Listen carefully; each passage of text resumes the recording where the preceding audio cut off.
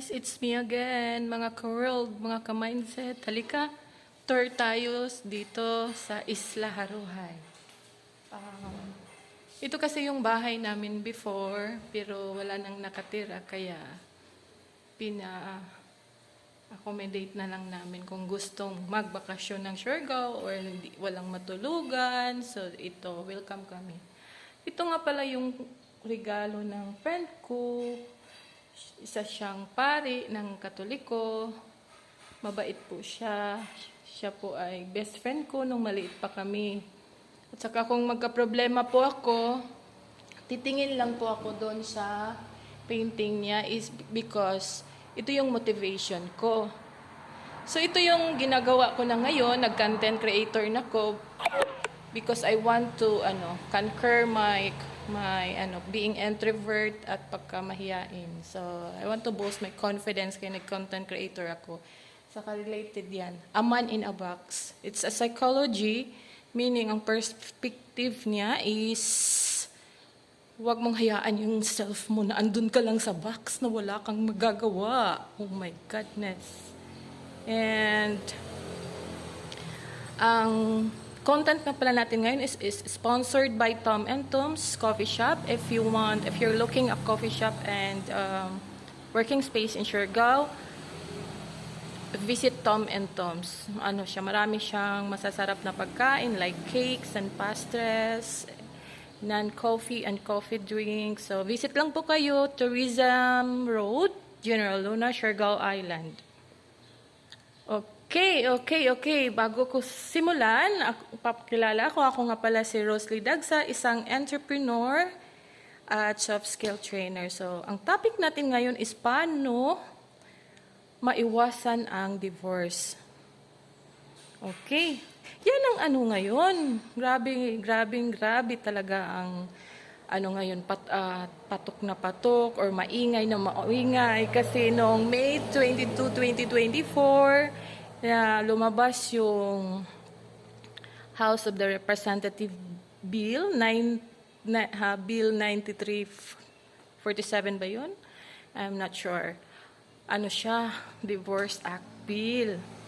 Kaya dito sa Pilipinas, alam mo naman, Catholic tayo, bawal talaga ang divorce. Kaya nga talagang ayon na, lalong-lalong na dun sa kaibigan ko, kay Father Ryan Contamina. Kaya kung mag-aaway kami ng asawa ko, siya talaga yung siya talaga yung advisor ko. Kaya next time, itutur ko kayo sa mga binibigay niyang painting. Lahat ng painting na yan ay may meaning, may motivation. So, bakit may nag-file ng divorce? Ito ay unang-una para ma-end yung agony, yung pagdusa ng mag-asawa both, kung di na ma-repair. Second, para ma-end na din yung trauma ng mga bata, mentally, financially, hindi na makapagtrabaho dahil away ng away na, so maapektuhan yung bata.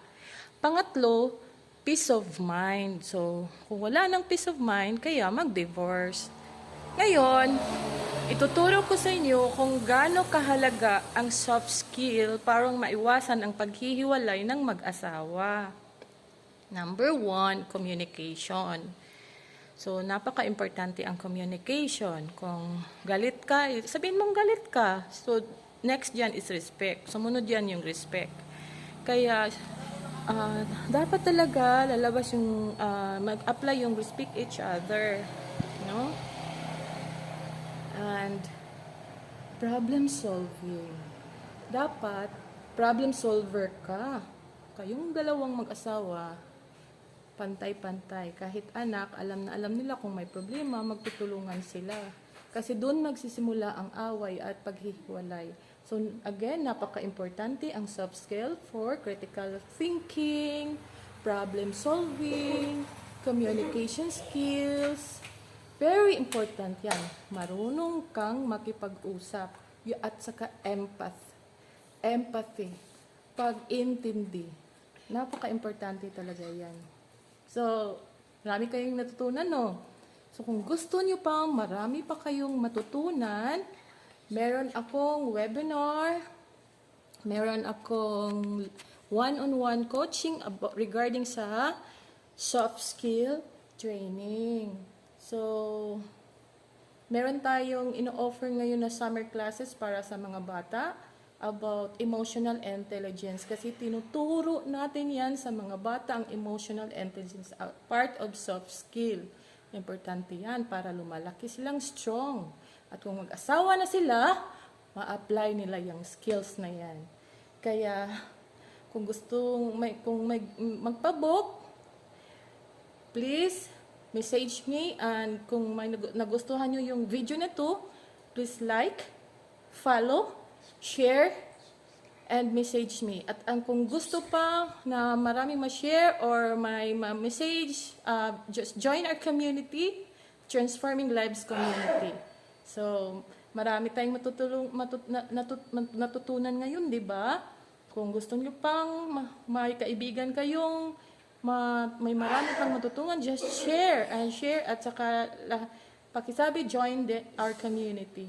So, again, empowering minds, transforming lives. So, this is your CEO, Community Empowerment Officer. So, maraming salamat sa inyong lahat, at huwag niyong kalimutan, Tom and Tom's Coffee Shop in Siargao. Bye!